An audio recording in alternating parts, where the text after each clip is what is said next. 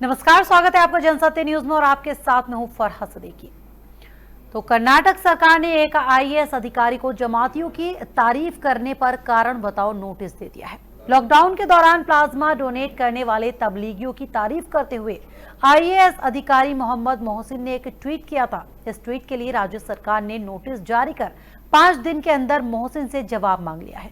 27 अप्रैल को मोहसिन ने कोरोना से स्वस्थ हुए तबलीगी जमात के लोगों की तरफ से दूसरे मरीजों के इलाज के लिए प्लाज्मा दान करने को लेकर एक ट्वीट किया था। उन्होंने लिखा था, केवल दिल्ली में 300 से ज्यादा तबलीगी हीरो देश की सेवा के लिए प्लाज्मा दान कर रहे हैं, लेकिन गोदी मीडिया ये नहीं दिखाएगा। राज्य की बीजेपी सरकार ने उनके इस ट्वीट को गंभीरता से लेते हुए उसके खिलाफ कारण बताओ नोटिस जारी कर दिया है। उन पर अखिल भारतीय सेवा के नियमों के उल्लंघन का आरोप है। मोहसिन पहले भी विवादों में आ चुके हैं। इससे पहले पिछले साल लोकसभा चुनाव के दौरान ओडिशा में उन्होंने प्रधानमंत्री नरेंद्र मोदी के हेलीकॉप्टर की जांच करने की कोशिश की थी, जिसके लिए उन्हें बाद में निलंबित किया गया था।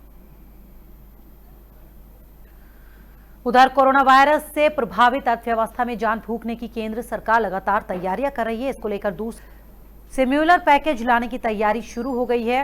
इसके लिए प्रधानमंत्री नरेंद्र मोदी ने गृह मंत्री अमित शाह, वित्त मंत्री निर्मला सीतारमण और वित्त मंत्रालय के कई अधिकारियों के साथ कई बैठकें की। सूत्रों के मुताबिक एमएसएमई मंत्रालय के साथ भी बैठक करने वाले हैं। वित्त मंत्रालय 2 मई की शाम में देश की अर्थव्यवस्था में जान फूंकने के लिए प्रधानमंत्री के सामने एक विस्तृत रिप्रेजेंटेशन के साथ साथ अपनी योजनाओं की पूरी जानकारी देगा। आपको बता दें कि लॉकडाउन में सबसे ज्यादा प्रभावित आर्थिक रूप से निचले तबके के लोगों के लिए 1.7 लाख करोड़ रुपए के पैकेज की घोषणा कर चुकी है, जिनमें मुफ्त में अनाज वितरण, रसोई गैस वितरण और गरीब महिलाओं और बुजुर्गों को नकदी सहायता शामिल है। अब जिस खबर की हम बात करने वाले हैं वो महिला जनधन खाता धारकों के लिए है। महिला जनधन खातों में 500 रुपए की दूसरी किस्त सोमवार को मिलनी शुरू हो जाएगी। कोविड-19 संकट के दौरान गरीबों की मदद के लिए वित्त मंत्री निर्मला सीतारमण ने 26 मार्च को महिला जनधन खाता धारकों के खातों में अप्रैल से 3 महीने तक हर महीने 500 रुपए की मदद देने की घोषणा की थी। वित्तीय सेवा सचिव देवाशीष पांडा ने ट्वीट के जरिए जानकारी दी। पीएम गरीब कल्याण पैकेज के तहत प्रधानमंत्री जनधन योजना के महिला खाता धारकों को 500 रुपए की मई महीने की किस्त बैंकों में भेजी जा रही है। इस पैसे को एटीएम से भी निकाला जा सकता है। शाखाओं में भीड़ ना जुटे, इसके लिए इस राशि का स्थानांतरण 5 दिन की अवधि में किया जाएगा। इससे सामाजिक दूरी के दिशा निर्देशों का अनुपालन करने में भी मदद होगी। महामारी कोरोना वायरस को लेकर देश भर में लॉकडाउन जारी है। इस बीच उत्तराखंड के सीएम त्रिवेंद्र सिंह रावत ने बड़ा ऐलान कर दिया है। लॉकडाउन के बीच खुले बाबा केदारनाथ के कपाट और 4 धाम की यात्रा पर सीएम त्रिवेंद्र सिंह रावत ने कहा है कि हम चाहते हैं कि लोग दर्शन करें, देश के हालात ठीक हो। हम बाबा केदारनाथ से ये प्रार्थना करते हैं। सीएम त्रिवेंद्र सिंह रावत ने कहा कि 4 मई से प्रदेश के सभी ग्रीन जोन को पूरी तरह से खोल दिया जाएगा। जो भक्त बाबा केदारनाथ के दर्शन के लिए जाना चाहते हैं 4 मई से जा पाएंगे। उन्होंने ये भी साफ किया कि इस दौरान सोशल डिस्टेंसिंग और नियमों का पालन करना होगा। सीएम ने कहा कि वो समय आएगा जब हम भयमुक्त होकर बाबा केदारनाथ के दर्शन कर पाएंगे। 2012 की आपदा को याद करते हुए उन्होंने कहा कि रौनक फिर लौटेगी। ऑनलाइन दर्शन की व्यवस्था के संबंध में उन्होंने कहा कि विग्रह स्थल पर कैमरे की व्यवस्था नहीं है। समाज में परंपराओं का महत्व है। मंदिर का बाहर से दर्शन कराया जा सकता है। उधर कोटा में फंसे दिल्ली के छात्र अब घर वापस आ सकेंगे। दूसरे राज्यों की तरह अब कोटा में फंसे दिल्ली के छात्रों को भी वापस लाने के लिए बसें कोटा पहुंच चुकी हैं। कोटा में बसों को सैनिटाइज किया जा रहा है। तस्वीरों में आप देख सकते हैं कि किस तरह से दिल्ली से कोटा पहुंची बसों को सैनिटाइज किया जा रहा है। इन 40 बसों में करीब 813 छात्र देर रात दिल्ली पहुंच जाएंगे। आपको बता दें कि बीते सोमवार को विधानसभा में विपक्ष के नेता रामवीर सिंह बिधोड़ी ने मुख्यमंत्री अरविंद केजरीवाल से मांग की थी कि लॉकडाउन के चलते राजस्थान के कोटा में फंसे दिल्ली के छात्रों को वापस लाया जाए। तो देश भर में महामारी कोरोना वायरस का प्रकोप लगातार जारी है। इस सिलसिले में राजधानी दिल्ली से निजामुद्दीन मरकज जैसा एक और मामला सामने आया है। दरअसल दिल्ली के कापासेड़ा में एक ही बिल्डिंग में 41 लोग कोरोना वायरस से संक्रमित पाए गए हैं। असल में दिल्ली के कापासेड़ा में एक मकान में 18 अप्रैल को एक कोरोना का मामला सामने आया था।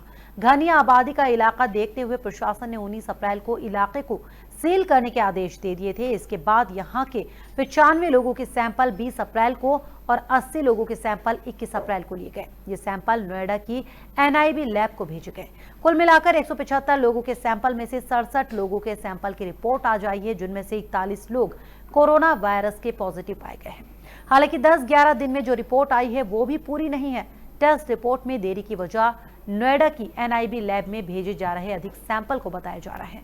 लेकिन वहीं साउथ वेस्ट जिलाधिकारी कार्यालय के मुताबिक 25 अप्रैल के बाद साउथ वेस्ट जिले की तरफ से नोएडा लैब को कोई सैंपल नहीं भेजा गया है।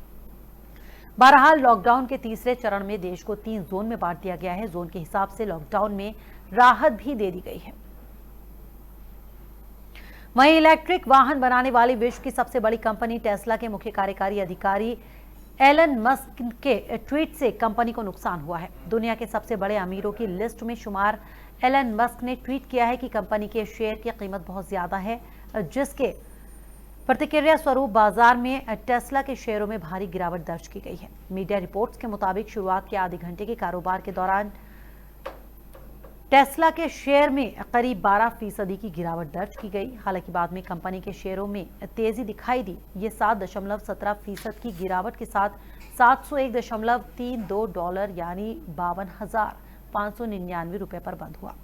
इससे कंपनी के शेयर्स की कीमत में $14 अरब यानी करीब 1 लाख करोड़ रुपए की कमी आई है। मस्क को भी $3 अरब यानी करीब 22.6 हजार करोड़ रुपए का नुकसान हुआ है। आपको बता दें कि एलन मस्क अंतरिक्ष के क्षेत्र में काम करने वाली कंपनी स्पेस एक्स के संस्थापक भी हैं।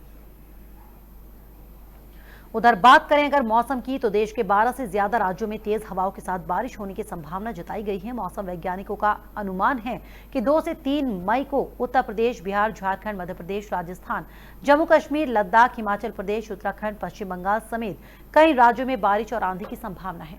4 मई को दिल्ली, हरियाणा और पंजाब में भी आंधी और मध्यम से भारी बारिश हो सकती है। अंडमान निकोबार में 5 मई तक भारी बारिश की संभावना है। आपको बता दें कि गुरुवार को उत्तर प्रदेश, बिहार, पश्चिम बंगाल और कर्नाटक समेत कुछ राज्यों में तेज हवाओं के साथ बारिश हुई थी। भारतीय मौसम विज्ञान ने कहा कि देश के अलग अलग हिस्सों में आंधी, तेज हवाओं और गर्जना के साथ बारिश हो रही है। मौसम विभाग ने चक्रवाती तूफान को लेकर बताया कि दक्षिणी अंडमान सागर के आसपास बंगाल की खाड़ी में कम दबाव का एक क्षेत्र बन रहा है, जो अगले 24 से 48 घंटों में एक डिप्रेशन में बदल जाएगा। फिलहाल ये म्यांमार और बांग्लादेश की तरफ बढ़ता हुआ दिखाई दे रहा है। तो फिलहाल इस बुलेटिन में इतना ही, लेकिन हमारे और वीडियोस देखने के लिए जनसत्य न्यूज को सब्सक्राइब करें, शेयर करें और लाइक करें। नमस्कार।